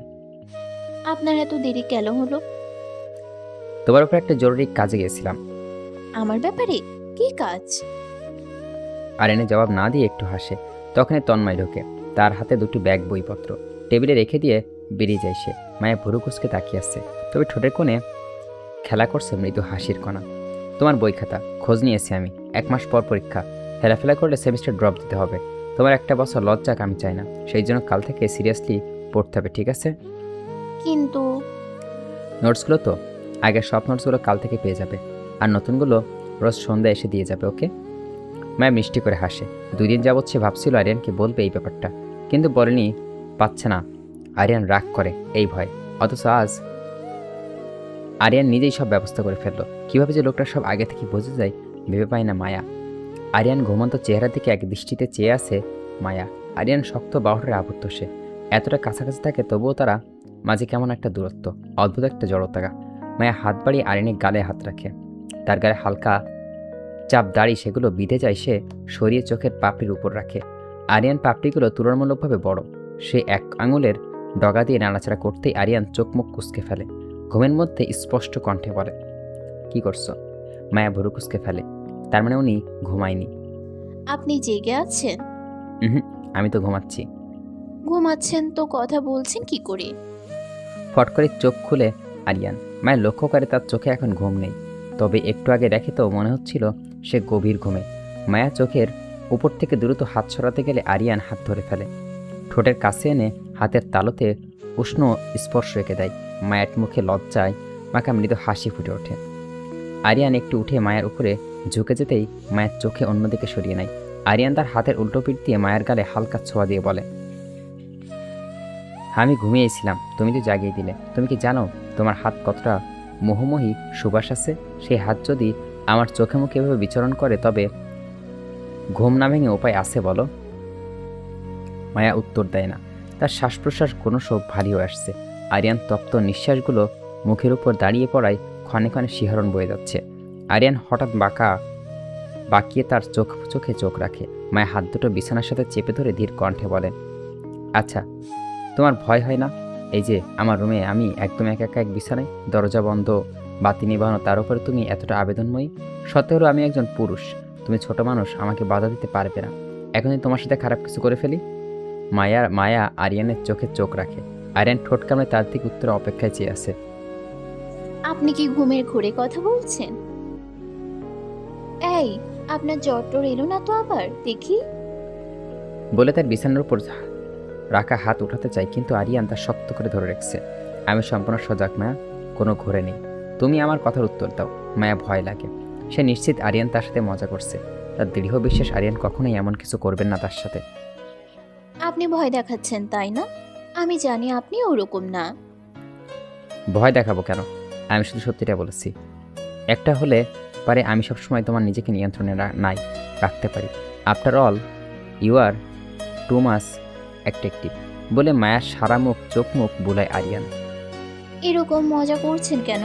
আমার ভালো লাগছে না, ছাড়ুন তো। আরিয়ান এমন ভাব করে যেন তার কথা শুনতেই পাইনি। সে চোখ ঘুরিয়ে কুড়িয়ে কথা বলে, এরকম খোলা চুল, ঘুম ঘুম চেহারা, আর তোমার ঠোঁটগুলো তো জাস্ট। গায়ে ওড়নাটাও নেই। I can't control myself Maya. Do you know how much you are looking? Maya এবার জোর করে কান্না করে দেয়। আরিয়ান তার নিজেকে আটকে রাখতে পারল না। মায়ের হাত ছেড়ে দিয়ে তার উপর থেকে সরে গিয়ে শব্দ করে হেসে ফেলে। আরিয়ানের হাসি থেকে মায়ের কান্নার বেগ বেড়ে যায়। হেক্সি তুলে বাচ্চাদের মতো করে কাঁদতে থাকে সে। আরিয়ানের হাসি যেন থামছাই না। সে হাসতে হাসতে উঠে বসে, ব্যঙ্গ করে বলে, আমি মজা করছিলাম মায়া, ডোন্ট ক্রাই। মায়া কান্না থামে না, দুহাতে মুখ ঢেকে কাঁদছে সে। আরিয়ান এখনও হাসছে। সে শুধু একটু মজা করতে চাইছিল, তবে তার অভিনয় মনে হয় একদম ভালো লাগে না। এই জন্য মায়া তার কথাগুলো বিশ্বাস করছিল। লাস্টে হয়তো একটু বেশি বলে ফেলেছে। আরিয়ান বহু কষ্টে নিজের হাসি থামিয়ে মায়াকে টেনে তোলে। পাশে বসিয়ে মায়া পিছন দিকে হাত রেখে বলল, আচ্ছা আর কাঁদো না তো, তুমি তো আমার কথাগুলো বিশ্বাসই করনি, তো এভাবে কাঁদছো কেন? কান্নার দমকে কেঁপে কেঁপে উঠছে মায়া। কোনোরকম থেমে বলল সে, আ- আ- আপনি ওরকম বিশ্রীভাবে কেন কথা বলছিলেন? আরিয়ান ঠোঁট বাঁকিয়ে হাসে। সে বুঝতে পারছে সে একটু অতিরিক্তই বলে ফেলেছে। তার মায়াবতী খুব নরম কোমল, এইসব কথা তার সইবে না। ভয় পেও না। উহু, আমি আমি জানি আপনি অমন নন। আরিয়ান শুধু এতটুকুই জানতে চেয়েছিল যে মায়া থেকে কতটা বিশ্বাস করে। তার এইসব বলার পরও মায়ার চোখে তার প্রতি কোনো রকম ভয় দেখেনি কোনো অবিশ্বাস। ভাবতে অন্যরকম ভালো লাগায় ছেয়ে যাচ্ছে ভেতরটা। মায়ের মুখ থেকে হাত সরিয়ে মাথা নিচু করে ফেললো মায়া। এখনও কাঁদছে সে। মায়া হাত দুটো এক হাতের মুঠোই বন্দি করলো আরিয়ান। মায়ার হাতগুলো বাচ্চাদের মতো আরিয়ানের এক হাতে, তার দু হাত এসে যায় মুখের উপর আসা চুলগুলো কানের পিছনে গুজে দিয়ে আরিয়ান বলল, এত বিশ্বাস করো কেন আমাকে? মায়া মাথা উঠিয়ে আরিয়ানের চোখের দিকে তাকায়, আর কাঁদতে কাঁদতে লাল হয়ে যাওয়া চোখগুলো দেখে আরিয়ান কোথাও একটা ধক করে ওঠে। তৎক্ষণাৎ সে চোখের পানি মুছিয়ে দেয়। মায়া আবারও কয়েক ফোঁটা জল বিসর্জন দিয়ে উত্তর দেয়, জানি না। আরিয়ান তাকে কাছে টেনে এক হাতে আগলে ধরে, মাথাটা বুক চেপে দৃঢ় কণ্ঠে বলে, আর কাঁদবো না, কান্না বন্ধ করো। বেশ খানিকটা সময় নিয়ে মায়া কান্না থামে। ঘাসের উপর যেভাবে শিশের লেপ্টে থাকে ঠিক সেভাবে আরিয়ানের প্রশস্ত বুকের সাথে মিশে থাকে সে। আরিয়ান হঠাৎ দেখে ওঠে, মায়া, আমি না হয় মজা করছিলাম, কিন্তু কথাগুলো কি সত্যি ছিল? তোমার কিন্তু এখন খুবই একটু বলতেই মায়ার চোখ রাঙিয়ে তাকায়, তাতে দাঁত চেপে বলে, আপনি আবারও? আফসারই মায়ের এমন চাহনিতে নিঃশব্দে হেসে ওঠে আরিয়ান। সকালে নিজের রুমে ওয়ার্কআউট করছিল আরিয়ান। জিম ম্যাট পিছনে মেঝেতে, পাশে দুটো ডাম্বেল রাখা। মায়া তখন ঘুমে, আরিয়ানও ডাকিনি। কাল রাতে এত কেঁদে এখন ঘুমাচ্ছে, ঘুমাক। পুশ আপ দিতে দিতে হঠাৎই থেমে যায় আরিয়ান। তার দৃষ্টি নিবন্ধিত হয়ে যায় মায়ার সদ্য ভাঙা ঘুমো চেহারায়। মায়া আধো আধো চোখে চোখ খুলছে, এক হাত দিয়ে তার পাশে হাত রাখছে আরিয়ানকে। খুঁজছে হয়তো, পাশে কাউকে না পেয়ে ছট করেই চোখ খোলে মায়া। চারপাশে চোখগুলোতে আরিয়ানকে চোখে পড়ে। ততক্ষণে মাথা নামিয়ে পুশ আপে মনোযোগ দিয়েছে আরিয়ান। তার পেটানো সুঠাম দেহ থেকে দরদর করে ঘাম ঝরছে। গায়ের চাদর সরিয়ে উঠে বসে মায়া। চোখ মুখ ফুলে আছে তার, চোখ কষলে সামনে তাকায়। আরিয়ানের সাথে চোখাচোখি হয়ে যায়। একটা হাই তুলে মায়া বলে, এই সকাল সকাল আপনি এসব করছেন কেন? এখন সকাল 10টা বাজে। ঘড়ির দিকে তাকিয়ে চমকে ওঠে মায়া। আসলেই তো বেলা হয়েছে। বালিশের পাশ থেকে ওনাটা নিতে যাবে, ঠিক তখনই বালিশের উপরে রাখা আরিয়ানের ফোনটা বেজে ওঠে। ফোনের স্ক্রিনে তাকাতেই আরিয়ানের দ্রুত ফোনটা নিয়ে নেয়। নামটা থেকে কপালে সূক্ষ্ম ভাঁজ পড়ে। দাঁড়িয়ে যায় সে, গলায় টাওয়াল ঝুলিয়ে মায়ের কপালে চুমু খেয়ে বলে, তুমি ফ্রেশ হয়ে নিচে যাও, আমি আসছি। অতঃপর ফোনটা হাতে নিয়ে ব্যালকনিতে চলে যায় সে। মায়া মাথা ঘামায় না, হয়তো জরুরি কারোর ফোন। বিছানা থেকে নেমে সামনে যাবে নিচে, তখনই ডাম্বেলে হোঁচট খায়। কোনোরকম বিছানা ধরে পড়া থেকে বেঁচে যায় মায়া। পায়ের ব্যথা উফ বলে আর্তনাদ করে ওঠে। পেছন থেকে আরিয়ানের কণ্ঠস্বর শোনা যায়, কি হলো, ব্যথা পেয়েছো? মায়া ঘাড় ঘুরিয়ে পেছনে তাকায়। আরিয়ানের ফোনে কানের কাছ থেকে অনেকটা দূরে রেখে তার উপরে এক হাত দিয়ে রাখছে, যেন তাদের কথোপকথন ওপাশের মানুষরা শুনতে না পায়। মায়া সোজা হয়ে দাঁড়িয়ে বলে, না ঠিক আছে, আপনি যান, কথা বলুন। আরিয়ান তার পায়ের দিকে একবার তীক্ষ্ণ দৃষ্টিতে নিক্ষেপ করে কানের কাছে ফোন লাগিয়ে চলে যায়। মায়া ছোট্ট করে একটা শ্বাস ফেলে। আরিয়ান যে কেন তার এত কেয়ার করে। সবেমাত্র ফ্রেশ হয়ে বেরিয়েছে আরিয়ান, এখন নিচে নামবে ব্রেকফাস্ট করতে। মায়া অপেক্ষা করছে। দরজা খোলার আগ মুহূর্ত তার কানে ভেসে আসছে রীতির চিৎকার। অন্তরাত্মা কেঁপে ওঠে আরিয়ানের। জলদি দরজা খুলে বাইরে যেয়ে দেখে সিঁড়ির কাছে কাঁপতে কাঁপতে দাঁড়িয়ে আছে ইতি। আরিয়ানকে দেখা মাত্র সে চোখে জল ছেড়ে দিয়ে বলে, স্যার, ম্যাম। আরিয়ান সামনে দেখে উঁচু সিঁড়ি থেকে গড়িয়ে পড়ে নিচে পড়ে আছে মায়া। মাথা থেকে বেয়ে যাচ্ছে লাল রক্তের ধারা। আরিয়ান কোনোরকম সিঁড়ি ভেঙে নিচে নামলো।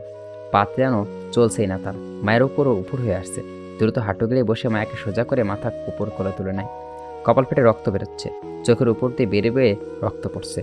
আরিয়ানের গালে ঢোক দিয়ে তীক্ষ্ণ স্বরে ডাকে, মায়া। চোখ খোলো মায়াবতী। তার কণ্ঠে স্পষ্ট ভয় প্রকাশ পাচ্ছে। মায়া ওঠে না। আরিয়ান তার বুকে টেনে নেয়। মায়ার রক্ত যেন জমায় লেগে আছে। আচ্ছা, তার কম্পিত হৃৎপিণ্ডই কি মায়ার কান অবধি পৌঁছাচ্ছে? মায়া কি বুঝতে পারছে তার অস্থিরতা, তার তীব্র অনুভূতির বহিঃপ্রকাশ? তন্ময় সামনে এসে দাঁড়ায়। আরিয়ানকে কিছু বলার আগেই তন্ময় দ্রুত বলে, গাড়ি বের করেছি ভাই, ম্যামকে নিয়ে আসুন। মায়াকে যত্ন করে কোলে তুলে নেয় আরিয়ান। তন্ময় ছোট্ট একটা শ্বাস ফেলে এগিয়ে যায়। ইতিকে ইশারা করে তার সাথে যেতে পারে। ইতি ফুপিয়ে ফুপিয়ে কাঁদছে। তার সামনে মায়ের এমন একটা বিপদ হয়ে গেল, যদিও তার কিছু করার ছিল না। সে যখন দেখলো ততক্ষণ অর্ধেক সিঁড়ি গড়িয়ে পড়ে গেছে মায়া। গাড়ি ড্রাইভ করছে তন্ময়। পেছনের সিটে মায়াকে বুকে জড়িয়ে নিয়ে বসে আছে আরিয়ান। মায়ার পাশে জানালার ধারে ইতি বসে আছে। মায়ার কপাল শক্ত করে রুমাল চেপে ধরে রেখেছে আরিয়ান। তবুও রক্ত থামছে না। বাসায় সিঁড়ি বেশ উঁচু, সেখান থেকে পড়ে গেছে তাই হয়তো ক্ষতটা বেশি। আরিয়ান একবার মায়ের মুখের দিকে তাকায়, ফর্সা মুখটা ফ্যাকাশে হয়ে আছে। মুহূর্তে দৃষ্টি সরিয়ে নেয় সে। মেয়েটি এত আগলে আগলে রাখার পরও কেন যেন তার সাথে এইসব হয়, কেন ওর উপর দিয়ে সব বিপদ যেতে হয়। হ্যাঁ, তন্ময় ড্রাইভ ফার্স্ট। আর কতক্ষণ লাগবে? এই তো ভাই, পৌঁছে গেছি। গাড়ি থামে হাসপাতালের সামনেই। রাস্তা ভর্তি মানুষ। আরিয়ান যেসব না ভেবে গাড়ি থেকে বের হয়ে আসে, ঝুঁকে গিয়ে মায়াকে কোলে তুলে নেয়। আশেপাশে সবাই হাঁ করে দাঁড়িয়ে থাকে, ভিড় জমায়। পাবলিক প্লেসে ভেবে থার্ড গার্ড ছাড়া সচরাচর আরিয়ানকে দেখা যায় না। আর আজকে তো একটা মেয়েকে কোলে নিয়ে আসছে। উৎসুক জনতার কেউ কেউ মোবাইল বের করে ভিডিও করে। আরিয়ান হিসাব তোয়াক্কা না করে হাসপাতালের ভেতরে ঢুকে যায়। তন্ময় গাড়ি থেকে বের করে ইতিকে নিয়ে কোনোরকম সবাইকে এড়িয়ে চলে আসে। তার মাথায় ভিন্ন চিন্তা ঘুরপাক খাচ্ছে, কিন্তু একটা যে ঘটবে তার অভ্যাস বেশ শক্তভাবেই পাচ্ছে সে। তবে আরিয়ানকে এখন এইসব বলা যাবে না। রাগের মাথায় কখন কী করে ফেলবে ঠিক নাই। কেবিন থেকে ডক্টর বেরিয়ে আসে। আরিয়ান দ্রুত পায়ে এগিয়ে যায়। বাইরে থেকে শোরগোল শব্দ শোনা যাচ্ছে। রাগের শরীর শিরশির করছে তার। যেখানে যাবে সেখানেই এই মিডিয়া, মানুষের পার্সোনাল লাইফ নিয়ে যে এত কৌতূহল তাদের। সামনে নতুন হয়ে দাঁড়িয়ে আছে একজন অল্পবয়সী ফিমেল ডক্টর, নাম মিতালি রহমান। সে ভীত দৃষ্টিতে নিচের দিকে তাকিয়ে বলে, আপনার স্ত্রীর কপালে ব্যান্ডেজ করে দেয়া হয়েছে। কতটা বেশ গভীর, রক্ত বেরিয়েছে অনেক। ভয়ের কিছু নেই, কিন্তু খুব দুর্বল উনি। আর বেসামালভাবে পড়ার কারণে ডান হাতের মচকে গেছে। প্লাস্টার করে দেওয়া হয়েছে, তবে সম্পূর্ণ ঠিক হতে সময় লাগবে। জ্ঞান ফিরবে কিছুক্ষণ পরে। মায়াকে স্ত্রী বলার পরেও আরিয়ান কিছু বলে না। ইতি চুপচাপ দাঁড়িয়ে থাকে। এতক্ষণে মায়ের প্রতি আরিয়ানের অনুভূতির সম্পর্কে ভালোভাবে অবগত হয়েছে সে। ওকে কি হাসপাতালে রাখতেই হবে? বাসায় নিয়ে যেতে পারবো না? জি পারবেন।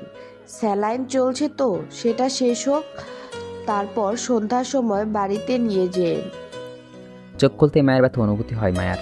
গালের উপরে কারোর হাত রাখা, বেশ বুঝতে পারছে এটা আরিয়ানের হাত। হালকা করে হাতের আঙুল নাড়াতেই ইতির কণ্ঠ শুনতে পায় সে। ম্যামের জ্ঞান ফিরেছে স্যার। আরিয়ান এতক্ষণে অন্যমনস্ক হয়েছিল। ইতির কথায় হুঁশ ফিরে তার। মায়া আদৌভাবে তার দিকে চেয়ে আসছে। আরিয়ান যেন প্রাণ ফিরে পায়, স্বস্তির নিঃশ্বাস ছেড়ে আলতো করে মায়ের মাথায় হাত রেখে এসে ধীর গলায় বলে, কেমন লাগছে এখন? ব্যথা হচ্ছে বেশি? মায়া মৃদুভাবে দুপাশে মাথা নাড়ায়। ব্যথা হচ্ছে, কিন্তু এতটাও বেশি নয়। আরিয়ানকে দেখেই বুঝতে পারছে সে খুব চিন্তায় ছিল। তার টেনশন আর বাড়াতে চায় না সে। হাতের দিকে তাকিয়ে আটকে ওঠে মায়া। জিজ্ঞাসু দৃষ্টিতে আরিয়ানের দিকে তাকিয়ে সে বলে, ডোন্ট ওয়ারি, একটু ফ্র্যাকচার হয়েছে, ঠিক হয়ে যাবে। মায়া উঠতে চায়, তবে হাতে ভর দিয়ে পারছে না। স্যালাইন চলছে। আরিয়ান তাকে ধরে উঠায়, বুকের সাথে হেলান দিয়ে বসায়। ইতির সামনে মায়া লজ্জা পেলেও খুব কিছু বলে না। ইতির দিকে তাকাতেই সে মুচকে আসে। প্রত্যুত্তরে মায়াও হাসে। আরিয়ানকে এক হাতে ফোনে কিছু একটা করছে, আর আরেক হাত দিয়ে মায়াকে কোলের ওপর রাখা। কিছুক্ষণ পর মিতালি কেবিনে প্রবেশ করে। মায়াকে আরিয়ানের বুকে দেখে হাসে সে। আরিয়ান খানকে না চেনে রাগী মেজাজি মানুষ হিসেবে। ভয়ে প্রেস মিডিয়াও তার সম্পর্কে কোনো বাজে ভুয়া নিউজ ছড়ানো হয় না। অথচ নিজের স্ত্রীর প্রতি কতটা যত্নশীল সে। যদিও সে জানতো আরিয়ান অবিবাহিত, কিন্তু এই মেয়েকে দেখে তার আরিয়ানের স্ত্রী ছাড়া অন্য কিছু মনে হয়নি। আর যদি মেয়েটা তার স্ত্রী নাই হতো, তাহলে নিশ্চয়ই তার স্ত্রী বলার পরও আরিয়ান কোনো রিয়াক্ট করতো। অদৃশ্য না ভেবে সে এগিয়ে যায়। স্যালাইনটা নামিয়ে দিয়ে বলে, আপনার ক্যানেলাটা খুলে দেই। স্যালাইন শেষ হয়ে গেছে। কিন্তু এটা খুললে তো ব্যথা পাবো। আরিয়ান হুট করে মায়ের চোখের উপর থেকে ইশারা করে খুলতে ফেলতে বলে। মিস মিতালি হেসে খুলে ফেলেন সেটা। উফ করে উঠে যায় মায়া। আরিয়ান মুচকে এসে চোখের উপর থেকে হাত ছড়িয়ে নেয়। মেয়েটা এত ভয় পায়। সব ফর্মালিটিস শেষ করে কেবিনে আসে আরিয়ান। ইতি আর মায়াকে কেবিন থেকে বেরিয়ে যায়। তন্ময় বারবার ফোন দিচ্ছে আরিয়ানকে। বাইরে নাকি সাংবাদিকদের ভিড়। আরিয়ানের মেজাজ প্রচণ্ড গরম। সমস্যা কেদের? বের হতেই এত মানুষ দেখে চমকে যায় মায়া। আরিয়ান তার পিঠের পিছন দিয়ে বাহু জড়িয়ে ধরে আশ্বস্ত কণ্ঠে বলে, আমি আছি তো, ভয় পেল না। সাংবাদিকদের একটা পর একটা ছবি তুলছে। ক্যামেরার ফ্ল্যাশে প্রচণ্ড অস্বস্তি লাগছে মায়ার। মাথা নিচু করে পিঠের শার্ট ঘামছে ধরে আছে সে। তন্ময় দ্রুত সামনে আসে, অস্থিরভাবে বলে, ভাই, আপনি ম্যামকে নিয়ে গাড়িতে বসুন। এদের কথায় কান দিয়েন না, রাগের মাথায় রাস্তায় সিন ক্রিয়েট হয়ে যাবে। ভিড় ঠেলে সামনে যেতে পারে না আরিয়ান। তার আগের সাংবাদিক ঘিরে ধরছে, একের পর এক প্রশ্ন ছড়ে। ইনি কে স্যার? আপনার গার্লফ্রেন্ড? আপনার কি গোপনে প্রেম করছেন? অবৈধ সম্পর্ক? এ কি আপনার রক্ষিতা? এক পর্যায়ে সে রাগ সীমা ছাড়িয়ে যায় আরিয়ানের। তুমুলভাবে গর্জে ওঠে সে বলে, just shut up, she is my wife, আমার স্ত্রী। আরিয়ানের গভীর কণ্ঠের ভারী ধমকে মুহূর্তে কোলাহল থেমে যায়। সাংবাদিকের সাথে মায়াও খানিকটা চুপসে গেল। আরিয়ানের ধমকে সে হাইপার না ভয় পেয়েছে। পিনপাত নীরবতা ভেঙে একনজ বলে উঠল, কিন্তু স্যার, আপনি তো আনম্যারিড। ইনি যে আপনার স্ত্রী, প্রমাণ কি?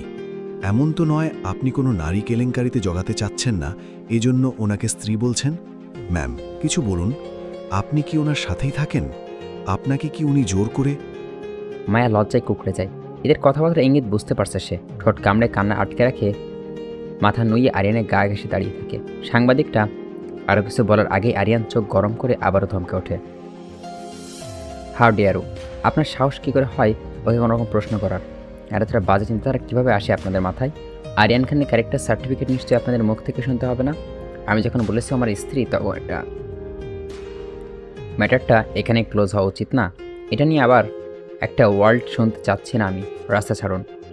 আরিয়ানের উপর আরও কিছু বলার সাহস পেল না কেউ। সাইড দিয়ে দ্রুত হেঁটে যাই। মায়াকে গাড়িতে বসিয়ে দিল আরিয়ান। দরজা আটকে নিলে গাড়িতে ঢোকার আগে সে ছেলেটা মায়াকে প্রশ্ন করছিল, তার ছেলেটা একেবারে দেখে নাই। অতবার গাড়িতে বসে জানালায় কাজ উঠিয়ে দেয় সে।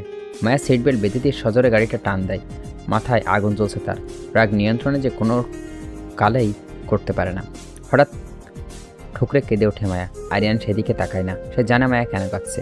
মায়ের কান্নার শব্দে রাগ আরও বেড়ে যাচ্ছে তার। গাড়ির স্পিড বাড়িয়ে দিয়ে সে রাগী কণ্ঠে বলে, মায়া কাঁদবে না, রাগ উঠে যাচ্ছে, স্টপ ক্রাইং। আরিয়ান ধমকে আরও জোরে জোরে কেঁদে দেয়। মায়া ফোপাতে ফোপাতে বলে, ওনারা তো ঠিকই বলছিল, আমরা তো। হুট করে ব্রেক কষে আরিয়ান। মাথা ঠিক নাই তার। রাগে শরীর কাঁপছে। উঠতে গিয়ে মায়ার দিকে বুক ঝুঁকে সিস্টের দুই পাশে সজোরে বাড়ি মেরে বলে, আমরা তো কি আমরা তো কি? ওরা ঠিকই বলছিল। কখন জোর করছি আমি তোমাকে? একসাথে থাকার পরও ফিজিক্যালি ইনভলভ করছি কখনো? এখন চুপ করে আছো কেন? Speak up, damn it. আমি সেটা বলিনি। তো কি বলছো বলো, কি বোঝাতে চাচ্ছ? মায়া একবার আরিয়ানের চোখের দিকে তাকায়। রাগে যেন চোখ দিয়ে ঝলসে দিবে সে। ভয়ে ভয়ে মাথা নিচু করে সশব্দে ফুঁপিয়ে ওঠে সে। আরিয়ান ঠোঁট কামড়ে কিছুক্ষণ তাকিয়ে থাকে। মাথা কাপ করে জোরে জোরে কয়েকটা শ্বাস টেনে নেয়। নিজের সিটে বসে স্ট্যান্ডিংয়ে এক হাত রেখে চোখ বন্ধ করে রাখে। মিনিট দুয়েক পর চোখ খোলে সে। এখনও মায়ের ফোপানো শব্দ শোনা যাচ্ছে। শীতল গলায় বলে, আমাদের বিয়ে হয়নি এটাই বলতে চাচ্ছ?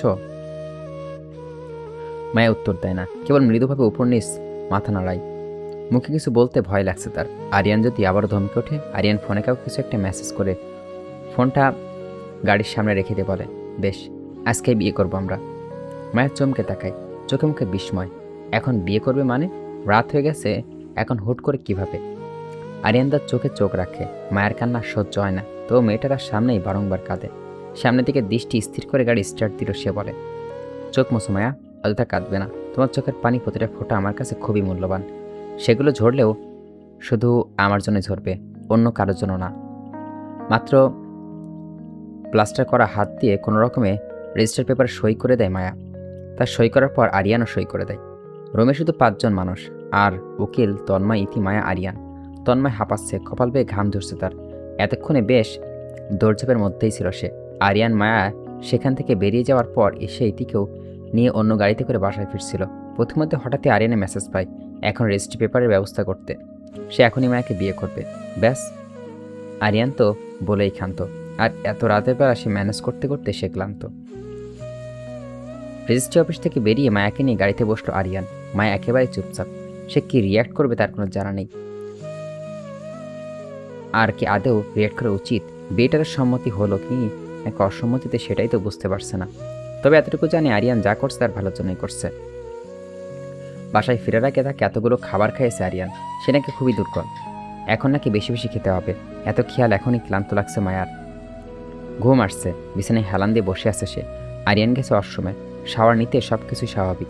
রোজকার মতো, শুধু এখন তার বিবাহিত আরিয়ানকে বিয়ে করা বউ সে। এখন ভাবতে ভাবতে দরজা খুলে বেরিয়ে আসে আরিয়ান। শুধু টাওয়াল পরা সে। মায়া একবার তাকিয়ে চোখ নিচে নামিয়ে নেয়। লজ্জা লাগছে তার। লাল হয়ে যাচ্ছে ফর্সা গাল দুটো। আরিয়ান যে এত রাগ আজ দেখানো না বুঝতোই। কাবার থেকে জামা নিয়ে আবারও ওয়াশরুমে ঢুকে যায় আরিয়ান। ট্রাউজার আর টি শার্ট পরে বেরিয়ে আসে। ঘরের লাইট নিভিয়ে মায়াকে সোজা করে শুয়ে দেয়, কারণ কাত হইলে মায়াকে হাতে ব্যথা পাবে। তবে কথা বলল না কোনো, মায়াও নিশ্চুপ। অতঃপর মায়ের পাশে তার পেট জড়িয়ে ধরে শুয়ে পড়ে। কিছুক্ষণ অতিবাহিত হতেই মায়া ধীরে ধীরে কণ্ঠে অভিমানের স্বর ঝরে। আপনি আজ আমাকে ধমক দিয়েছেন। বেশ করেছি। আরিয়ান এমন গাছাড়া ভাব অভিমানের পাল্টা তারও ভারী হলো মায়ার। মুখে কুলু পেটে শুয়ে থাকলো। কিছুক্ষণ পর আরিয়ান তার গালে নাক ঘষে বলল। তখন মাথা ঠিক ছিল না মায়াবতী, রাগ হচ্ছে এরকম। তার উপর তুমি কাঁদছিলে, সেটা আমার সবচেয়ে অপছন্দের। রাগের মাথায় আমার উপর চিল্লিয়ে দিলেন। আরিয়ান হেসে ফেলে। এই বাচ্চা মেয়েটা মায়াজালে সে কীভাবে ফেসে গেছে। বাদ দাও সেসব, ঘুমিয়ে পড়ো। আর ঘুমের মধ্যে নড়াচড়া করবে না। হাত বা মাথায় ব্যথা পাবে, কিন্তু শরীরে খারাপ লাগলে আমাকে ডাকবে, ঠিক আছে? মায়া পরম শান্তিতে আরিয়ানের বাহুডোর ঘুমিয়ে পড়ে। সে জানে এই জায়গাটা তার জন্য নিরাপদ, একেবারে নিরাপদ। কোনো খারাপ কিছুই তাকে স্পর্শ করতে পারবে না, এখানে কখনোই পারবে না। সকালে মেজাজের টুংটাং শব্দে ঘুম ভাঙে আরিয়ানের। শান্তিময় নিদ্রা যখন ব্যাঘাতে মেজাজ খারাপ হয়ে আসছে, চোখ খুলতেই নজর আসে মায়াবতীর মুখশ্রী। তার দিকে মাথা খানিকটা কাত করে রেখেছে মায়া। ফলস্বরূপ মায়ের ঠোঁটগুলো তার ঠোঁটের সাথেই একেবারে সুইসি অবস্থায় আছে। পর মুহূর্তেই মুখে বিরক্তিকর আভাস বদলে ঠোঁটের কোণে মৃদু হাসি ফুটল আরিয়ানের।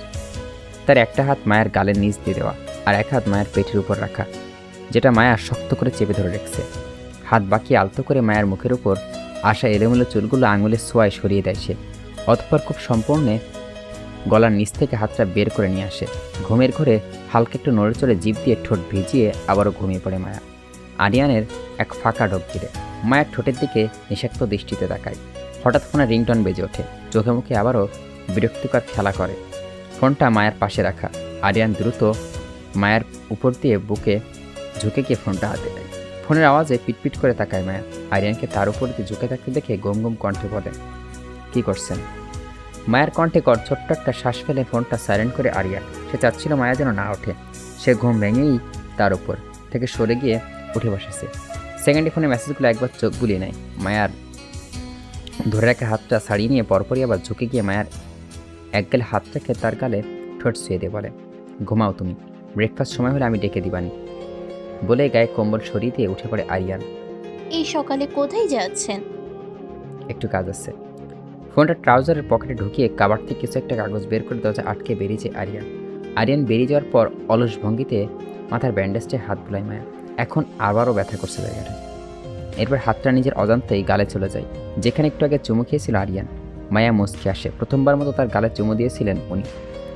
এর আগে শুধুমাত্র কপাল ছোঁয়াতে। হ্যাঁ, এত তাড়াহুড়ো করে কোথায় গেল কে জানে। কোনো ঝামেলা হয়নি তো? নিচে নামতে তন্ময় দ্রুত এগিয়ে এসে তার হাতে খবরের কাগজ দিয়ে বলল, ভাই দেখেন। আরিয়ান পেপারটা হাতে নিয়ে দেখলো ফ্রন্ট পেজের উপরে তার মায়ের ছবি। এক পাশে লেখা মায়াকে কোলে নিয়ে রেখেছে, আর এক পাশে রাস্তায় যখন মায়াকে সে জড়িয়ে ধরে রেখেছিল তখনকার ছবি। হেডলাইনে বড় বড় অক্ষরে লেখা, আরিয়ান খান গোপন বিয়ে ফাঁস। তার একটু নিচে তুলনামূলক ছোট অক্ষরে লেখা, কে এই মেয়ে যাকে নিজের স্ত্রী বলে আরিয়ান খান। প্রমাণ চাওয়া সাংবাদিককে প্রকাশ্য হুমকি আরিয়ান খানের। তার বিশাল বিস্তৃত নিভৃে আধা পেজ লেখা জুড়ে দেওয়া হয়েছে। তেল মশলা মিশিয়ে গত রাতের মূল ঘটনার সাথে আরও একটু রংচং মেরে নিউজ ছাপানো হয়েছে। আরিয়ান সেগুলো পড়ার রুচি হলো না। তন্ময়ের দিকে পেপারটা এগিয়ে দিয়ে শীতল কণ্ঠে বলল, বাইরে কার আসছে? দুজন জার্নালিস্ট, মনে হচ্ছে নিউজ চ্যানেলের। আরিয়ান তার কাবিননামাটা তন্ময়কে দিয়ে বলে, এই ছবিটা চ্যানেলগুলোকে প্রকাশ করে দে, আর বাইরে যারা এসছে তাদেরকেও দিয়ে দিস। তন্ময় মাথা নাড়িয়ে বেরিয়ে যায়। আরিয়ান দীর্ঘশ্বাস ছেড়ে উপরে উঠতে থাকে। ফোনটা বেজে ওঠে আবারও। না দেখেই বুঝতে পারছে কে ফোন করছে। মনে মনে কথাগুলো সাজিয়ে ফোনটা রিসিভ করলো। ওপাশ থেকে ভারী গলা একজনের কণ্ঠ শোনা গেল, এসব কি শুনছি আরিয়ান? তুমি বিয়ে করলে, আমাদেরকে জানানোর প্রয়োজন বোধ করলে না? আমি, তোমার মামি কতটা কষ্ট পেয়েছি জানো? আরিয়ান ঠোঁট কামড়ে বলল, মামা শান্ত হও, আমি বলছি তোমাকে। কে ওই মেয়েটাকে? আমাদের বললে কি আমরা অমত করতাম? শত বলেও তো তোমাকে বিয়ে করাতে করেনি, আর এখন তুমি আমাদের না জানিয়েই। আরিয়ান হতাশ ভয়ে বলে, মামা আমাকে বলার সুযোগটা দিবে তো? কতদিন হয়েছে বিয়ের? এতদিনেও বলার সুযোগ হয়নি তোমার, আর এখন সবাই জানার পর আমাকে বলার জন্য সুযোগ খুঁজছো তুমি? বিয়ের একদিনে হয়নি মামা, মাত্র এক রাত হয়েছে। মানে? অতঃপর সবকিছু খুলে বলে আরিয়ান। নিজের মামার কাছে কোনো কিছু গোপন করার নেই তার। একদম প্রথম থেকে সবটা শোনার পর মামা আকাশ ভেঙে পড়ে। সজীব খানের সব ছেড়ে রাশেদ চৌধুরী মেয়েকেই বিয়ে করতে হলো আরিয়ানের, গভীর গলায় বলে। তাই বলে তুমি রাশেদের মেয়েকে বিয়ে করলে? মায়া, রাশেদ চৌধুরী মেয়ে এই পরিচয়টা থেকে সে আমার স্ত্রী, এটা কি যথেষ্ট নয়? আরিয়ান, তুমি ভুলে যাচ্ছ রাশেদ চৌধুরী তোমার মা বাবার সাথে কি করেছিল। আমি কিছু ভুলিনি মামা, তবে সেটার সাথে তো মায়ের কোনো যোগসূত্র নেই। মায়া তো কিছু করেনি মামা। বাবার কুকর্মের শাস্তি তো আমি মেয়েটাকে দিতে পারি না, তাই না? আমি কিছু জানি না আরিয়ান, তুমি আজই মেয়েটাকে নিয়ে আমাদের বাসায় আসবে, তারপর এই বিষয়ে কথা হবে। আরিয়ান শান্ত কণ্ঠে বলে। এই বিষয়ে বলার মতো কিছু নেই মামা, আর মায়ার সামনে এই বিষয়ে কোনো কথা হবে না। ও খুব সহজ সরল একটা মেয়ে, আমি চাই না ও এইসব নিয়ে আপসেট হোক। তোমার যদি আমার স্ত্রী হিসেবে দেখা করতে না চাও, তবে অবশ্যই আমরা আসবো। সজীব খান একটু শিথিল হন, গলার স্বর নরম করে বলেন। তুমি কি বলতে চাচ্ছ আমি বুঝতে পারছি আরিয়ান। তোমার যদি ওকে পছন্দ হয় তবে আমাদের কোনো সমস্যা নেই। তোমার পছন্দ নিশ্চয়ই খারাপ হবে না। তুমি যা করেছো ভেবে চিন্তেই করেছো, আমি জানি। আরিয়ান কোনো উত্তর দেয় না। সজীব খান আবারও বলে। আজকে কি আসবেই বাসায়? মায়া তো একটু অসুস্থ মামা, কাল সিঁড়ি থেকে পড়ে গিয়েছিল, তবু আমি আসার চেষ্টা করব। আচ্ছা ঠিক আছে, রাখছি তাহলে। আল্লাহ হাফেজ। ফোন রেখে দিয়ে ঘড়ির দিকে তাকায় আরিয়ান। 10টা বেজে গেছে। রুমে যেতেই দেখে মায়ের চোখ খুলে শুয়ে আছে। আরিয়ান এগিয়ে গিয়ে ফোনটা বিছানায় রাখলো। মায়া এক হাত ভর দিয়ে উঠে বসলো। ইতিকে একটু ডেকে দিবেন, আমি চেঞ্জ করব, একা তো পারবো না। চেঞ্জ করব? ব্যান্ডেজ তো খুলতে হবে তাহলে? ব্যথা করলে হাত এখনও, নয়তো ব্যাগটা খুলে দিতাম। অত ব্যথা নেই, সমস্যা হবে না। আরিয়ান পাশে বসে খুব যত্ন করে হাতের বাঁধন ব্যাগটা খুলে রাখে, যেটা দিয়ে গলার সাথে অ্যাটাচ করে ঝুলিয়ে রাখা হয়েছিল হাতটা। একটা বালিশ এনে কোলে রেখে তার উপরে মায়ার ব্যান্ডেজটা করা হাতটা রাখা। ইতির সাহায্য বহু কষ্টে জামা বদলে নেয় মায়া। ব্রেকফাস্ট শেষ করে আবার রুমে এসেই বসেছে মায়া। আরিয়ান অফিসের জন্য রেডি হচ্ছে, মুখে লটকে আছে সে। মায়া এমন চেহারা দেখে আরিয়ান বলে, কি হয়েছে? শরীর খারাপ লাগছে? আমাকে আপনার সাথে অফিসে নিয়ে যাবেন?